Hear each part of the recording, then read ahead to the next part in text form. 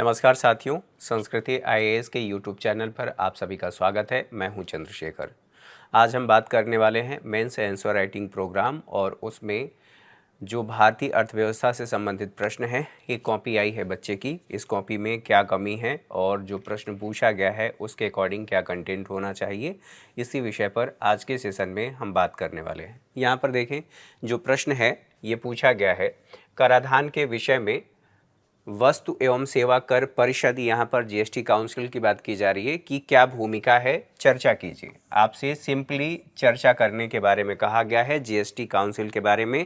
और ये जो पूछा गया है कराधान के विषय में आपसे पूछा गया है, तो यहाँ ध्यान रखना है कि ये जो प्रश्न है यह 250 वर्ड का है। इसके लिए 15 अंक निर्धारित हैं, तो इसी के आधार पर आपको लिखना था।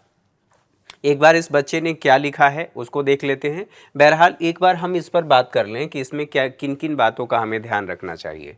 आप जीएसटी काउंसिल के बारे में बता सकते थे, कराधान उससे जोड़ते हुए संक्षेप में बता सकते थे भूमिका में।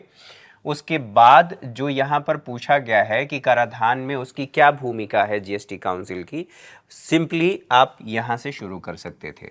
इसको बताते हुए अपने आंसर की शुरुआत भूमिका में कर सकते थे। अब इस बच्चे ने क्या किया है, यहाँ पर जो बनाया है डायग्राम, केवल डायग्राम में इन्होंने जीएसटी काउंसिल की भूमिका के बारे में बताया है, लेकिन ध्यान ये रखना है कि भूमिका भी लिखनी है। 250 वर्ड का ये प्रश्न है, 250 शब्दों में आपसे पूछा गया है, 15 अंक इसके लिए निश्चित हैं।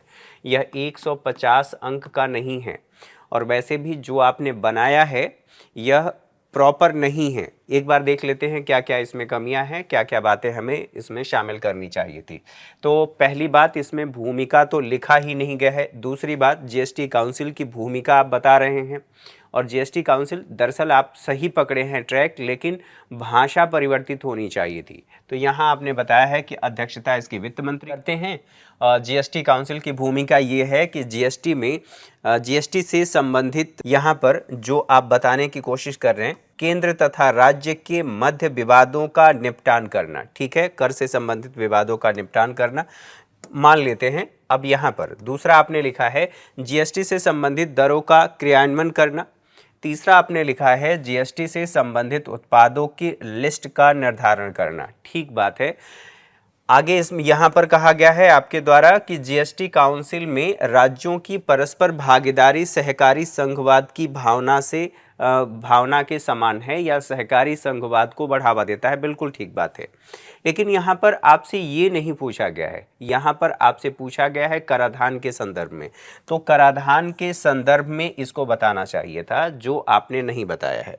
अगली बात यहीं पर देख लें, अतः जीएसटी काउंसिल कराधान के निर्धारण में महत्वपूर्ण भूमिका निभा रही है। आपने यहीं पर खत्म कर दिया है, यानी कि ये पर्याप्त आंसर यहाँ पर नहीं लिखा गया है। अब क्या क्या बातें इसमें होनी चाहिए थी एक बार देख लेते हैं। ये पेज खाली है। जो उत्तर प्रारूप होगा, प्रारूप में ये होगा कि आप कराधान किसे कहते हैं संक्षेप में बता सकते हैं। जीएसटी परिषद के बारे में बता सकते हैं। आप यहां से शुरुआत कर सकते थे, जीएसटी परिषद क्या है और कराधान के संबंध में वो क्या निर्णय लेती है, उसकी क्या भूमिका है इत्यादि। मुख्य भाग में आप कराधान के बारे में जीएसटी परिषद की भूमिका को बताएंगे, साथ ही साथ जीएसटी परिषद है यहाँ पर जीएसटी काउंसिल, उसकी सीमाएं क्या हैं उनको बताएंगे। फिर निष्कर्ष कैसा होना चाहिए, आपका संतुलित और सारगर्भित निष्कर्ष होना चाहिए। जो बातें आप बता रहे हैं उन सभी बातों को समेटते हुए सारगर्भित और संतुलित होना चाहिए। संतुलित होने का मतलब यह है कि ऐसा न लगे कि आपके उत्तर का झुकाव बिल्कुल एक तरफ है। तो यहाँ चूंकि चर्चा करने के लिए कहा गया है, उन बातों का ध्यान रखना था। तो कराधान में जीएसटी परिषद की भूमिका क्या है, तो जीएसटी अधिरोपण करने के सिद्धांत, आईजीएसटी का विभाजन करने वाले सिद्धांतों की ये सिफारिश करता है। तो यहाँ पर हमने ये समझ लिया। साथ ही साथ यहाँ पर कहा जा रहा है वस्तु एवं सेवा कर से संबंधित मुद्दों पर केंद्र और राज्य सरकारों को सिफारिश करती है। कौन? जीएसटी काउंसिल की बात की जा रही है, और उसके आधार पर फिर टैक्स लगाया जाता है। जीएसटी अर्थात कराधान की बात की जा रही है। जीएसटी से छूट दी जाने वाली वस्तुओं एवं सेवाओं की सिफारिश करना, अन्य उत्पादों पर जीएसटी लगाने के लिए सिफारिश करना, उस सीमा रेखा का निर्धारण करना जिससे कम टर्नओवर पर जीएसटी से छूट प्रदान की जा सके। अगर ऐसी स्थिति होगी तो फिर लोग टैक्स पे करने के लिए या कराधान की एक फेयर व्यवस्था वहां पर दिखाई देगी। उत्तर पूर्वी राज्यों की बात करें तो पर्वतीय राज्यों के संबंध में विशेष प्रावधान स्थापित करना, ये उसी से संबंधित है। बहुमत के आधार पर कर लगाना, यहाँ पर बहुमत के आधार पर अर्थात यहाँ दोनों की भागीदारी होती है। केंद्र जीएसटी काउंसिल में केंद्र और राज्य की भागीदारी होती है, तो मत भारांश के आधार पर निर्णय लिया जाता है कि कराधान किया जाएगा नहीं किया जाएगा। तो ये आप लोगों ने इस पक्ष में देख लिया। अब बात ये आती है कि इसकी सीमाएं, चूंकि चर्चा करने के लिए कही गई हैं तो कुछ सीमाओं को भी बताना है। यहाँ पर मैक्सिमम देने की कोशिश की गई है।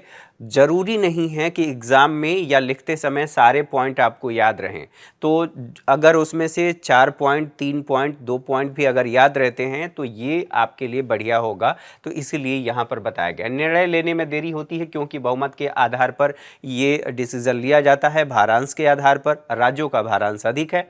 यहाँ पर अन्य अर्थव्यवस्थाओं के विपरीत भारत के कई जो कर हैं, कर की दरें हैं जो देश के सभी वस्तुओं और सेवाओं हेतु एकल अप्रत्यक्ष कर की दर की प्रगति को बाधित करते हैं, और ये जीएसटी काउंसिल के आधार पर ही हम बात कर रहे हैं। दूसरी बात, यहाँ पर करीब आधी अर्थव्यवस्था का जीएसटी से बाहर होना इसकी सीमाओं को दर्शाता है। जीएसटी काउंसिल निर्णय ले रही है, फिर भी यहाँ पर कहा जा रहा है कि जैसे पेट्रोलियम जैसे पदार्थ हैं ये अभी भी इससे बाहर हैं। साथ ही टैक्स फाइलिंग की जटिल प्रक्रिया है। करदाताओं के लिए वार्षिक रिटर्न भरना, और उसमें कई बार जटिलता को देखने को मिलती है और उस जटिलता के आधार पर भी आलोचना की जाती है।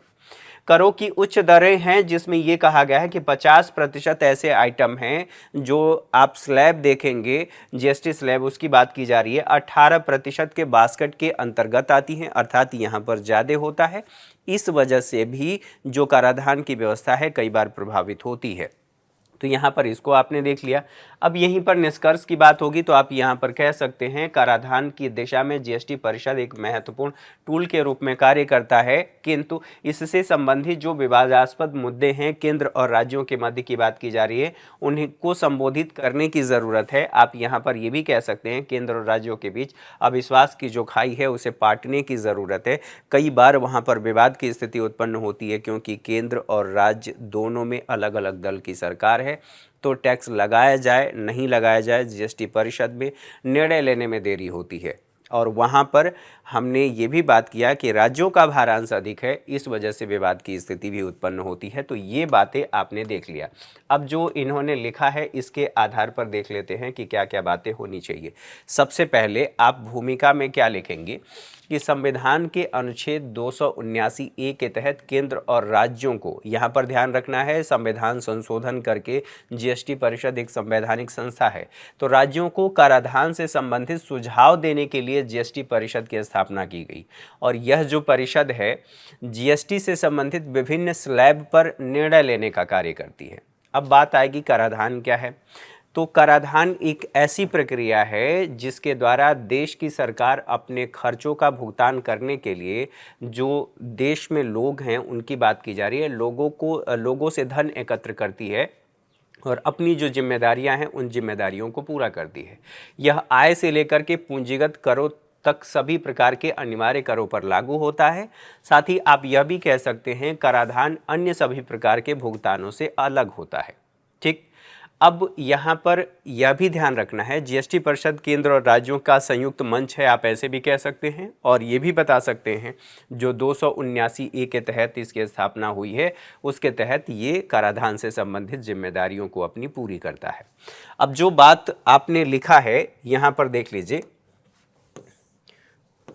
सबसे पहले यहाँ भूमिका लिखी ही नहीं गई है, और भूमिका नहीं लिखी गई है तो स्वाभाविक सी बात है यहाँ पर उसके लिए नंबर नहीं मिलेगा। यहाँ जो बातें लिखी गई हैं इस पर मैं 1 नंबर दूंगा क्योंकि पर्याप्त नहीं लिखा गया है। ठीक है, साथ ही साथ जो आपका ये वाला भाग है आपने यहाँ पर ख़त्म कर दिया है तो आधा नंबर इसके लिए दिया जाएगा।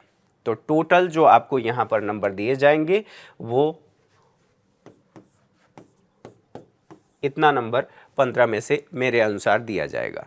तो आपने देखा कि यहाँ पर क्या क्या गलतियाँ थी, किन किन बातों को लिखना था, और चूंकि ये बातें आपको पैराग्राफ में लिखना चाहिए, अब वो अपनी सहूलियत के हिसाब से लिखा जा सकता है, लेकिन पैराग्राफ में लिखना ज़्यादा बेहतर होता अगर आप इसको लिखते, इन पॉइंट्स को इसमें शामिल करते। तो इससे संबंधित लगभग सभी बातों को हम लोगों ने देखा, समझा। आज के सेशन में इतना ही। अगली क्लास में हमारी मुलाकात होगी, तब तक के लिए नमस्कार। Thank you for watching.